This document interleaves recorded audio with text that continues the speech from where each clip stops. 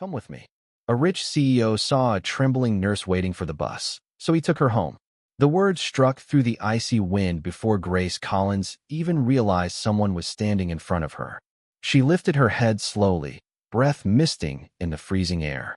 The snow fell heavy that night. Thick, white, relentless, burying the New York streets under a silence that felt louder than traffic ever could.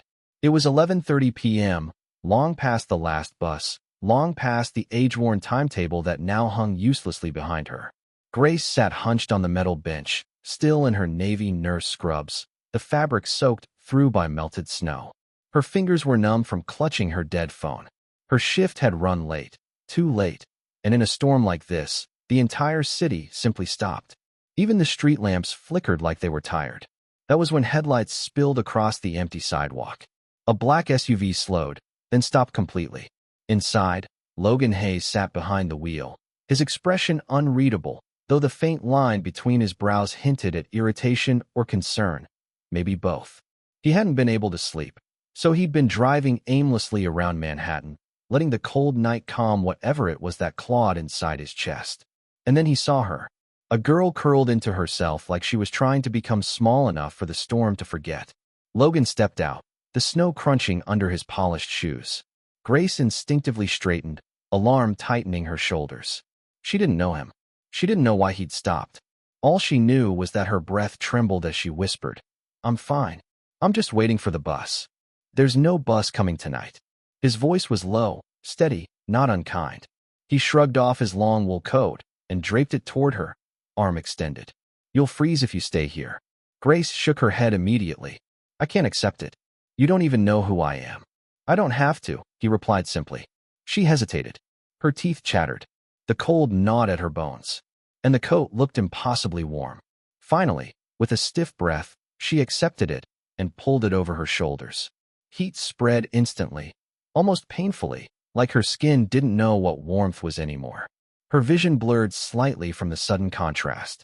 Logan watched her for a long second, then made a quiet decision, one he didn't explain and she didn't understand. "You're coming with me," he said.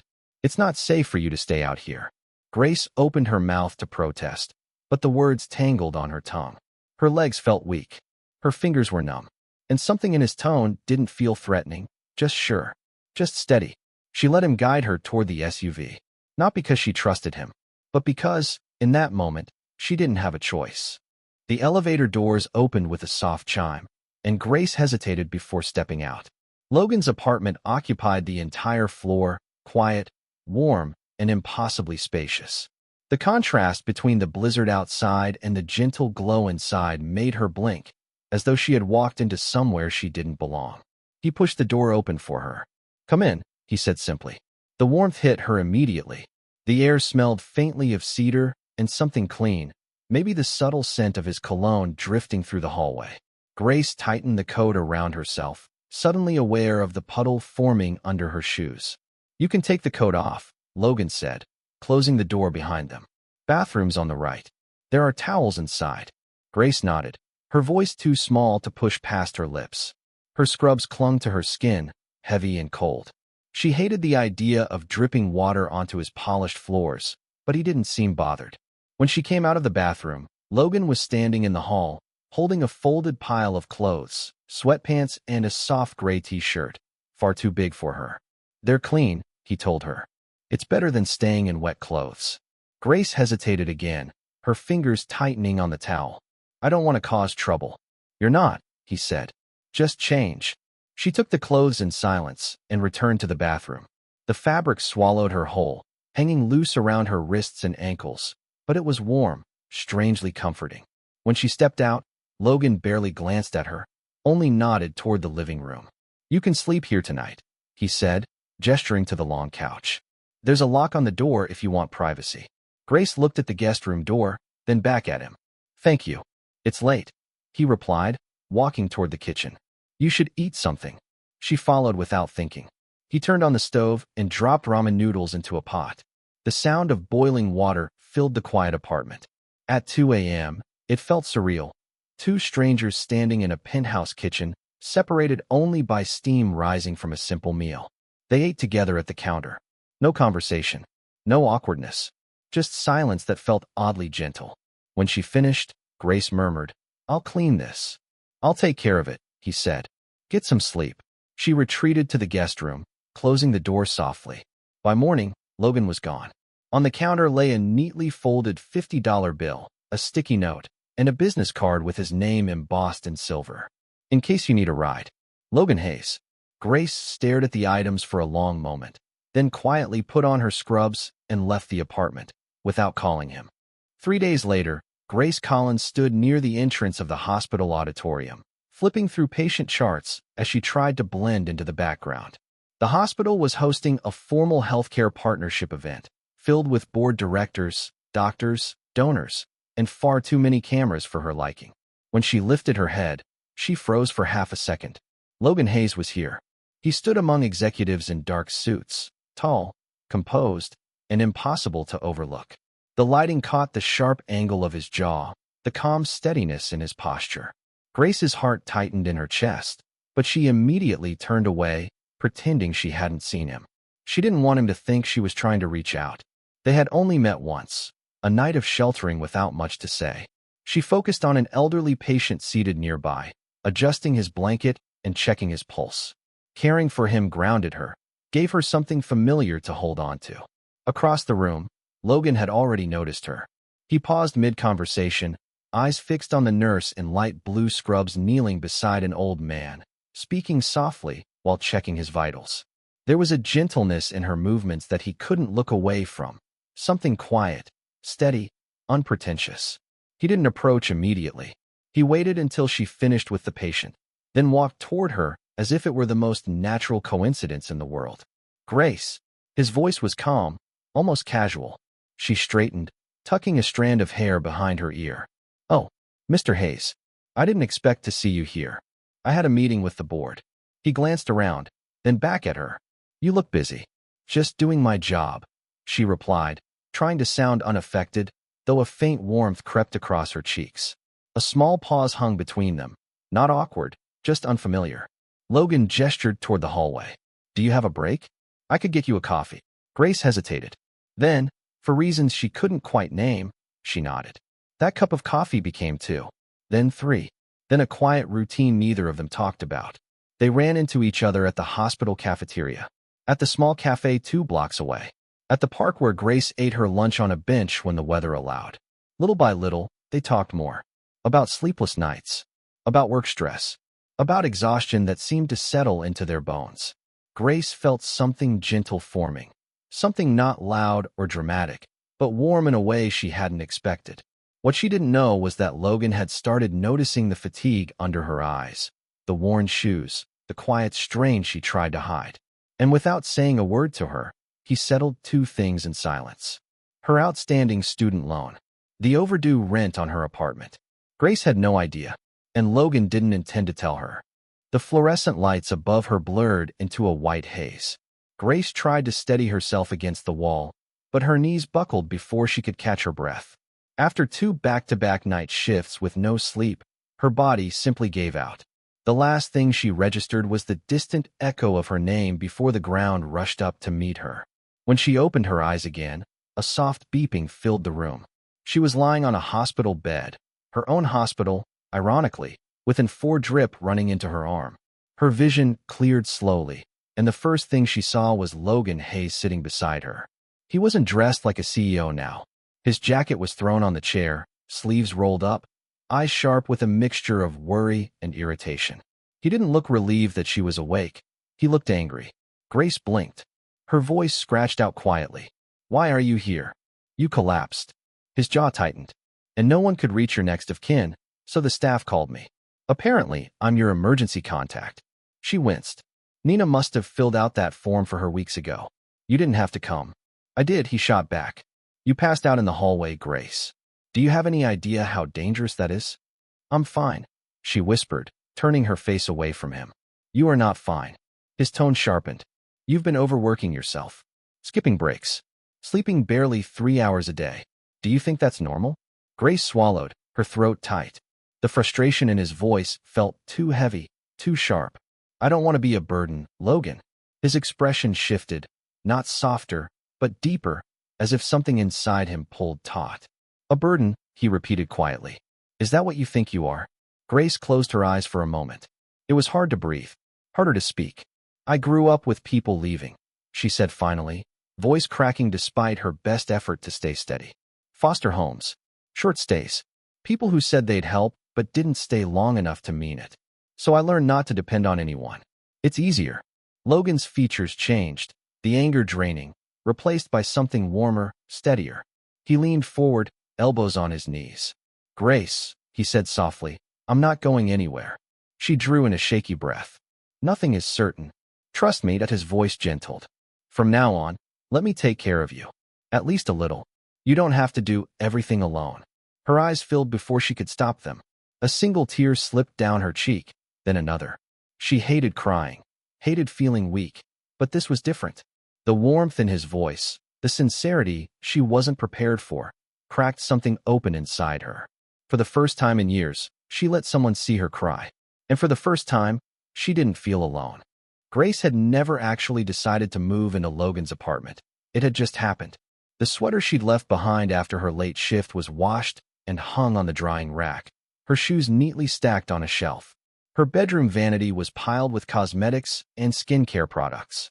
Soon, her presence quietly filled the space. Her favorite mug, her favorite blanket, the scent of shampoo wafting down the hall. Yet no one said anything. Not Logan. Not her. Everything settled into a silent arrangement neither defined nor questioned.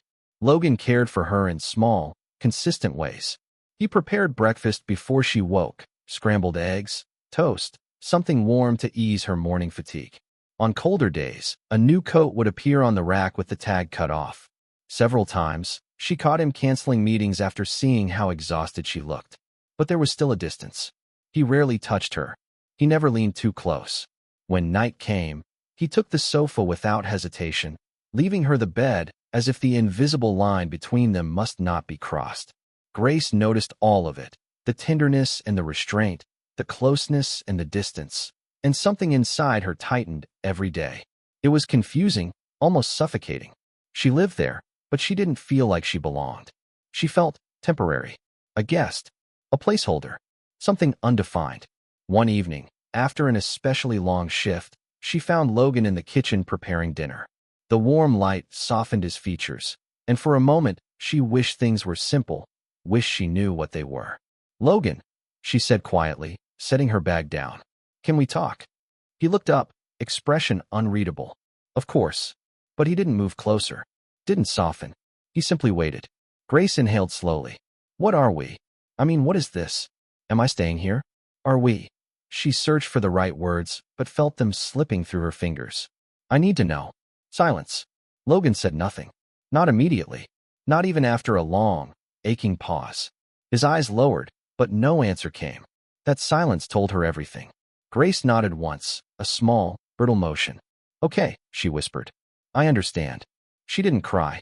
She didn't argue.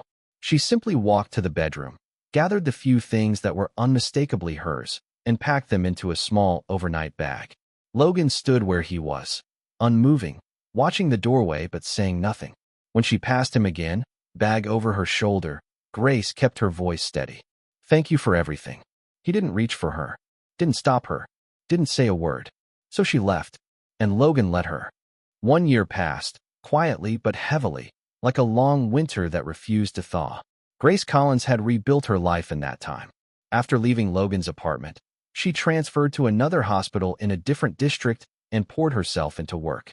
Step by step, shift by shift, she rose to become head nurse, respected, capable, always composed. Her days were full, and her nights no longer belonged to the echo of an unanswered question. But she didn't return to New York for herself. Her aunt had fallen ill, and Grace came back to care for her. The familiarity of the city felt distant now, as if she'd stepped into an old photograph she no longer lived inside. On her second morning home, she stopped by a small flower shop near the hospital. The bell above the door chimed softly. She walked toward the lilies, her aunt's favorite, when a shadow moved beside her. Grace turned. Logan Hayes stood a few feet away, holding a bouquet of white roses. He looked different, sharper in some places, worn in others. A trace of exhaustion sat beneath his eyes, But when he saw her, something inside him lit up quietly, like a light switched back on after being dim for too long. For a moment, they simply stared. Then Logan spoke, voice low and unsteady. "Grace, I never stopped waiting." Her breath caught. "Logan." He set the bouquet down, exhaling deeply as though he'd rehearsed this moment 1,000 times. "I should have answered you that night. I should have told you what you meant to me. I didn't because I was." He paused, searching for a truth he had buried too long. "In my past," he continued, "I loved someone who left without warning.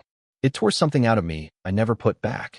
When you asked me what we were, all I could think of was losing you the same way. And when you collapsed from exhaustion," his voice wavered, "I panicked. I brought you to live with me so I could make sure you were safe. So I could see you every day." Grace swallowed hard, heart pounding. "There were so many nights," he said quietly, "when I almost told you everything. But I kept hesitating. I thought that if you rejected me, if you walked away, I wouldn't recover from it. And then, my silence made you leave before I had the chance to try." The sincerity in his eyes struck her deeper than any words could. Without thinking, she stepped closer. Logan's breath trembled as she rested a hand on his chest. A year's worth of distance collapsed in an instant. He pulled her gently into his arms, holding her as if afraid she might disappear if he loosened his grip. Grace closed her eyes, letting herself lean into the warmth she once walked away from. "Come with me," he murmured. "There's something I want to show you." He drove her to a new apartment overlooking the river, quiet, warm, lived in. He unlocked the door, letting her step inside first. And Grace froze. Her mug, her favorite blanket, her old sweater, her books on the shelf. Everything she had left behind, he had kept. Waiting. 6 months later, their wedding was exactly what Grace had once believed she would never have: small, warm, and filled with faces who genuinely cared for her. The ceremony took place in the event hall on the rooftop floor of Logan's apartment building, with a glass wall showing the soft evening glow of New York City behind them. Friends from her new hospital came, offering flowers and loud congratulations. Former patients sent cards, and the elderly man she'd cared for during the hospital event years ago attended in person, holding onto her hand long enough to tell her she deserved every happiness coming her way. Nina cried from the moment Grace walked in wearing a simple ivory dress. Wiping mascara with a tissue, she crushed into pieces. Logan stood at the front, waiting for her. His expression wasn't dramatic or overwhelming. It was steady, the kind of steady that softened her breath the moment she saw him. When the officiant invited him to speak, Logan took both her hands. "Grace," he said quietly, but with unwavering certainty, "you helped me learn how to love." It was simple, but she felt the weight of it. The nights he kept himself awake worrying. The year he spent holding on to every piece of her she left behind. The way he looked at her now, like she was something he had fought for and would keep fighting for. They exchanged vows, rings, and soft, shaky promises. When the officiant finally said the words that made them husband and wife, Grace felt her chest tighten with a familiar warmth, the kind that came when something long lost finally returned. The celebration faded slowly. People hugged her goodbye. Nina kissed her cheek and promised to stay one more week. Staff cleared plates and dimmed lights. When the last guest finally stepped into the private elevator, the hall grew quiet. Grace and Logan stayed behind a moment longer. He guided her toward the large floor-to-ceiling window overlooking the city. The skyline shimmered with gold reflections, endless lights stretching into the horizon. Grace pressed a palm to the glass, feeling the coolness against her skin, still wearing her wedding dress, hair gently falling from its pins. "It's strange," she murmured, eyes fixed on the city below. "That night at the bus stop. I didn't know it would lead me here. I didn't know it would lead me home." Logan stepped behind her, his reflection joining hers in the glass. He lowered his voice so only she could hear. "Grace," he said, touching her shoulder gently. "That night, it wasn't me who saved you." She turned to him, breath catching. "It was you," he whispered. "You saved me." Grace leaned into him, eyes closing as his arms wrapped around her, steady, warm, certain, the kind of embrace that felt like a beginning instead of an ending. They stood together in the quiet of the rooftop hall, the city glowing around them, holding on to each other as if the world finally made sense.